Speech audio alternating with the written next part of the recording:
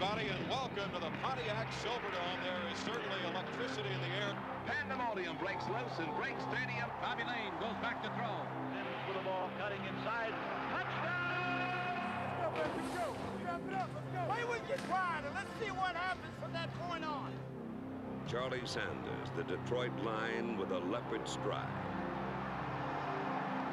As we watch the Detroit Lion highlights, we'll see once more that there's no football like NFL pro football. The 66th season of Detroit Lions football began under a cloud of uncertainty. Barry Sanders' stunning retirement and a rash of key injuries had doubters declaring the Lions dead before Labor Day. But cynics and skeptics only provided the young Lions with inspiration. We're going to do this together. We're going to do it all the way. We're going to do this together. It's our time. Let's go. Let's fight to the end. Leave a little bit of yourself on this field today. Leave it out there, baby.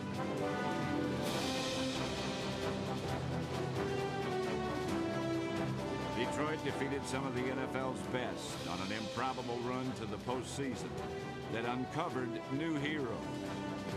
We've seen it so many times with Herman Moore. We see it with Jermaine Crowell. And provided some unforgettable moments. Fires and caught! Touchdown, Lions! One of the incredible comebacks for the Detroit Lions in their history, that's for sure. We never die. We never die. We never die. We wanted to play as a team, and that's what we did today. Team on three. 1, 2, 3. Team! The NFL underwent a changing of the guard in 1999, and the Detroit Lions made their roar heard round the league. Knock him in the dirt, Vito! One of the league's oldest franchises began a new era in 1999. Over the middle, touchdown, Lions! Jermaine Crowell in the post. Inspired by a new passion and a new pride. What a team this is this year, Jim. What more can you say about them? You said it. What a team. After an injury-filled training camp, the Lions opened the season in Seattle. Things went from bad to worse when a sprained knee sidelined Herman Moore in the first quarter. Bobby Ross was without a future Hall of Fame running back and the team's all-time leading receiver. But by halftime, quarterback Charlie Batch had a new favorite target. Batch tossed 2 of his 3 second-quarter touchdowns to Moore's replacement, second-year receiver Jermaine Crowell, to lead the Lions to their first opening day road win since 1986. In the home opener versus Green Bay a week later, Batch ignited another second-quarter explosion. 35-30, Morton to the 20, the 15, to the 10, 5, touchdown! Lions on the quick slant to Johnny Morton.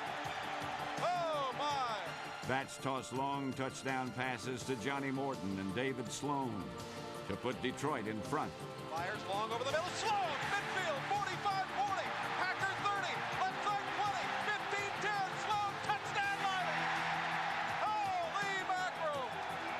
74 yards, David Sloan took it away! But when the Lions' old nemesis, Brett Favre, rallied the pack to a fourth-quarter lead, the Lions needed one more big play. Left side. Chuck Prefer and his special teams unit answered. There at the 1, to the 10, to the 15, to the 20, to the 30, to the 40, to the 50, 40, the foot race, right side 30, Bear running out of steam at the 20, 15, 10, and down the 9. Oh, man, is that a big play. Terry Fayer's 91-yard kickoff return set up the game-winning gallop.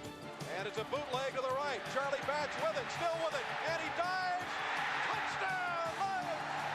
In the right corner of the end zone. After just 2 games, the Lions had found their new offensive leader. And Lion fans had a new favorite player. Johnny, go down the field! Come on, Johnny! Play action, back deep to throw. Long right sideline, Crowell. Got it! Touchdown, Lions! Batch's strong arm and uncanny escape ability excites Detroit fans. But his uncommon composure delights quarterbacks coach Jim Zorn. How about that for poise by young Charlie Batch? He's disciplined and he's real stingy with the ball. He's stingy with the ball in the red zone and back up and be aggressive in the middle. He doesn't have to go through some heroics to try to make things happen. We've got guys like Herman Moore and Johnny Morton that can go up and get the ball, and sometimes Charlie doesn't have to be as accurate. Charlie Batch straight back to throw, and Herman Moore bobbled it, deflected, Morton caught it. Morton who catches it for a touchdown. Injuries forced the Lions offense to retool on the fly. But the passing game never touched the ground. Barat going long, Morton out there, diving grab at the 5. He laid out for that one. Johnny Morton and Jermaine Crowell provided a pair of long ball threats, combining to catch 161 passes for over 2,400 yards. David Sloan posted career highs in all 3 receiving categories to earn his first Pro Bowl selection. But after a pair of losses evened their record at 2-2, the Lions needed an inspired effort to defeat the high-scoring Vikings. Big third down opportunity here. Cunningham, short drop left. There it is. Again, picked off. This will be taken back. Terry Fair, touchdown Lions. They tried it 2 in a row, and it didn't work that time. The defense stifled Minnesota with 4 sacks and 3 turnovers in the first half. Here comes a blitz, and no fumble. That ball is open. Picked up by Leroy Hort. He fumbles it again. Inside the 13-yard line. Who's got it? Lions.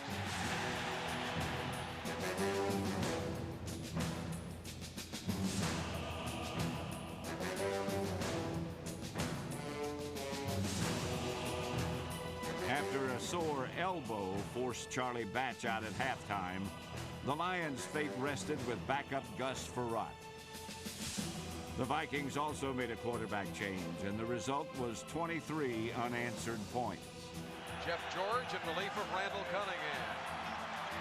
Pump fake now goes to the end zone. Caught. Touchdown Vikings. Chris Carter. How about this comeback? Yep. With less than 2 minutes remaining, the Vikings held a 1-point lead. But Bobby Ross knew the Lions didn't need to go far to have a chance to win. Jason Hanson's range can be in the 50-plus range at 50 to 55, so the Lions still got a good shot at him. Frerotte completed 5 passes on a short drive that put the game on the foot of Jason Hanson. After a penalty nullified his first attempt, Hanson calmly turned out the lights on Minnesota with his club record 6th field goal. Placement good.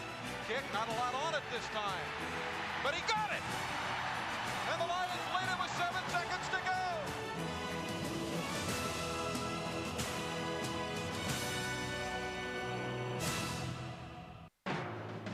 go. In Week 7, the Lions made their first ever trip to Carolina for a catfight with the Panthers.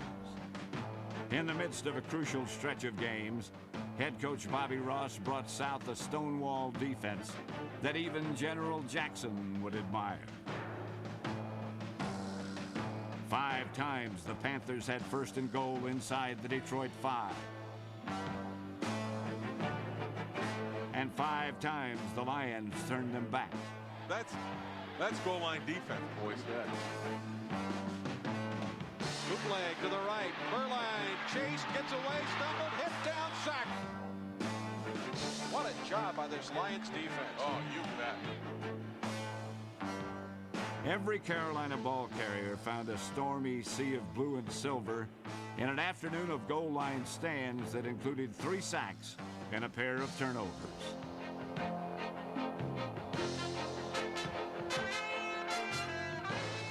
And again, the Lions goal line defense answers the bell. The defense answered the bell again a week later in front of a national television audience.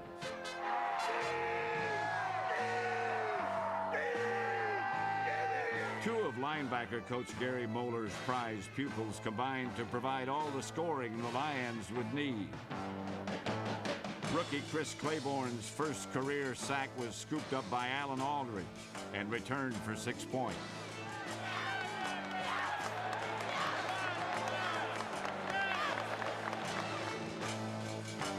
Once again, the defense refused to yield.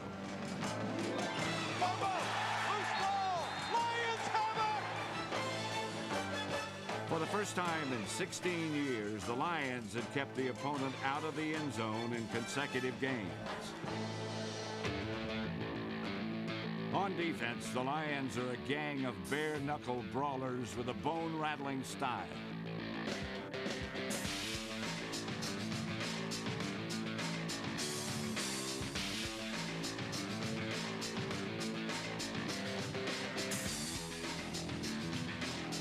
Defensive coordinator Larry Peccatello's ear-pinning scheme produced an eye-popping 50 sacks and ranked among the league leaders in both fumbles forced and recovered. And a draw to Pittman, hit from behind, and fumble!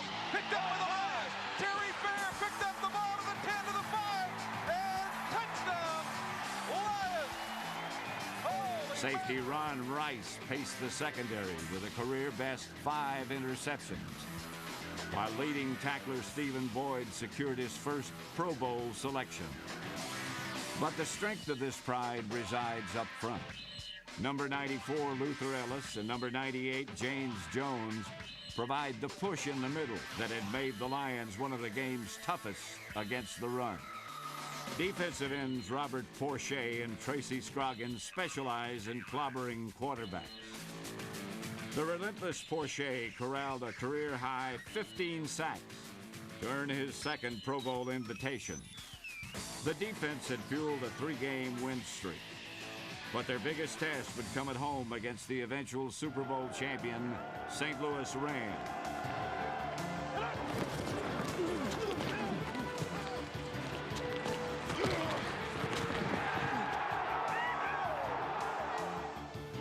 The Lions defense put the clamps on the record-setting Ram offense in the first half. But despite an inspired defensive effort, the Lions trailed by 2 and needed a second-half spark. Kurt Warner, deep drop into the end zone, and throws, and it's intercepted by Terry Fair!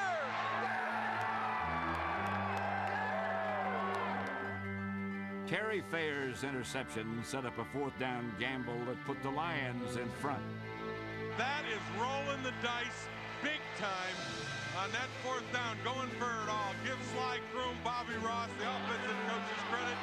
Now they're playing this game to win. But the Rams battled back to take the lead with less than 3 minutes to go. It's a bootleg. Oh, wide open touchdown to the man who just checked in, Ryan Tucker.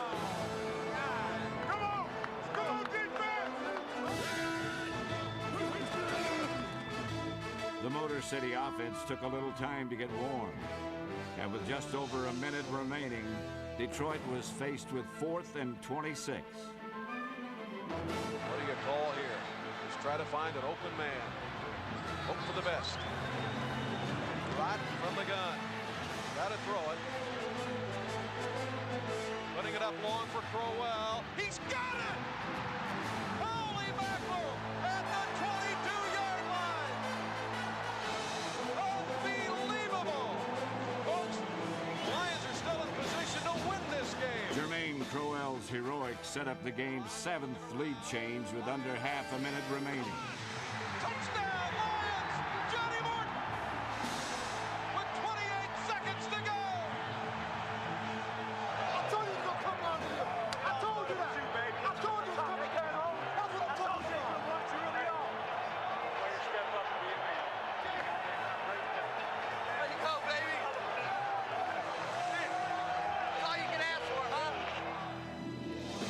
The Rams' last chance was dashed by Ron Rice. Then at the midway point, the Lions were kings of the NFC jungle. The Lions have done it. Holy mackerel, what a game. One of the incredible comebacks for the Detroit Lions in their history, that's for sure. do it, baby. That's right, baby. That's right. Nice job, All right, coach. That's right, baby. Find a way to win. The guys really stepped up and did a super job. But let's hang together. Let's hang together. We're the best in the NFC right now. All right, but it's only halfway. It's only halfway. Let's keep fighting. We'll see you tomorrow. Great job. Bring it down, baby. Bring it down. In October 1965, Motown was moving to the sounds of 15-year-old Stevie Wonder.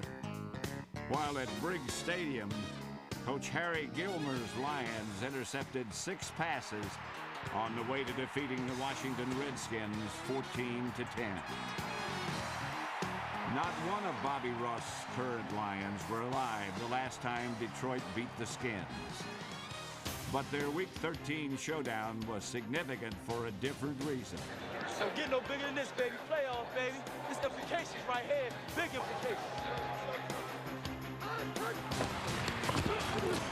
For a game with playoff implications, the young Lions turned on the postseason intensity.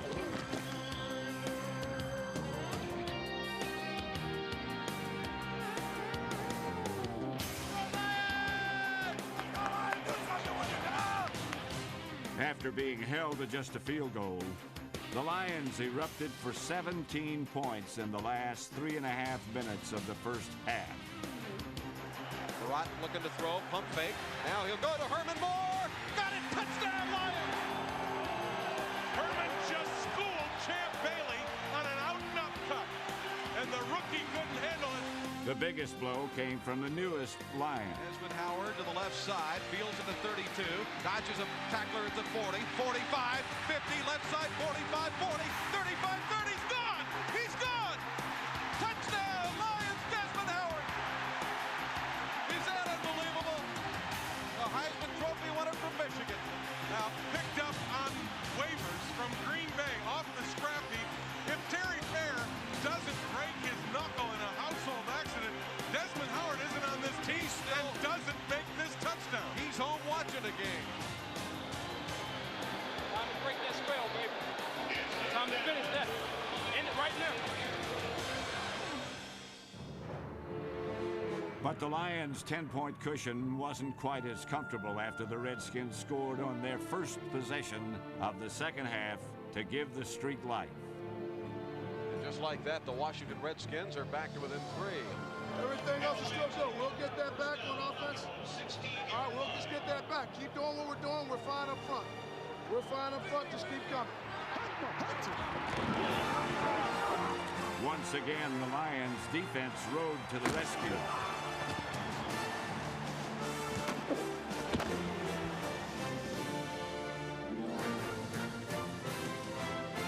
James Jones spearheaded an assault that rang up 4 sacks and 3 turnovers in the fourth quarter. Pressure, sack, fumble, Luther Ellis has it! Touchdown Lions! And he does the leap into the stands. Luther Ellis! How about that?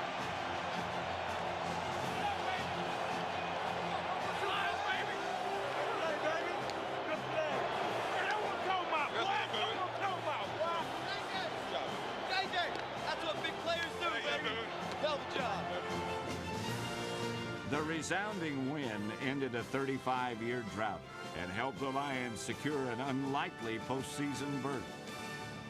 But in a wild card rematch 5 weeks later, injuries had reduced the Lions to a shell of the team that so convincingly defeated the Redskins. Rotten to throw, and he is belted. He never saw Craig Jones, the left linebacker.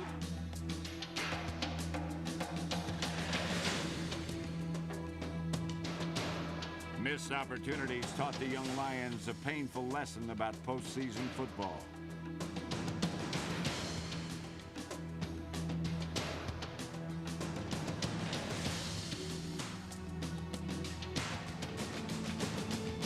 A pair of late touchdowns provided the Lions with the silver lining in an otherwise gray afternoon. Well, the last play of the season for the Lions is a touchdown. Something to build on, I guess. Edge Pro Gel presents the Detroit Lions' ultimate performance of the century. The Lions advanced to the 1957 championship game under first-year head coach George Wilson. But with star quarterback Bobby Lane out with a broken ankle, the Lions were directed by backup Tobin Rote. Rote tossed 4 touchdown passes and ran for another to lead Detroit to a franchise record 59 points and their 3rd championship of the decade. Without any further ado, I'd like to introduce the newest Lion. The Lions' #1 off-season priority was to improve the running game. I'm a part of a puzzle here. They've got big-time players here, and I'll just fit in as a part of the puzzle. James Stewart provides a corporal component to offensive coordinator Sylvester Croom's puzzle. A 230-pound bulldozer in cleats.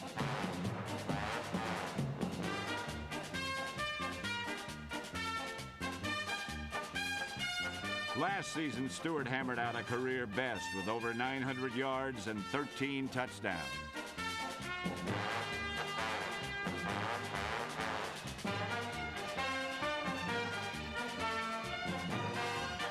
Stewart is just part of Bobby Ross's plan to bring Smash Mouth football back to the Motor City. With the 20th pick in NFL Draft 2000, the Detroit Lions select Stalker McDougal, tackle, Oklahoma. The offensive line has added over 700 pounds of pure power in Stalker McDougal, an All-American from Oklahoma, and Aaron Gibson, whose rookie season was lost to a shoulder injury. The Detroit Lions are beginning their 8th decade of NFL football. But from Dutch Clark to Charlie Batch, one thing hasn't changed. Games are won and lost in the trenches. In 1999, the Lions played with a new passion and a new pride. This season, they have a new style and new expectations. Every damn time we touch the ball, we come up with 3 or 7. Every damn time. Armed with some of the game's brightest young stars and a core of Pro Bowlers on both sides of the ball, the Lions will be in the thick of the championship chase well into the next century.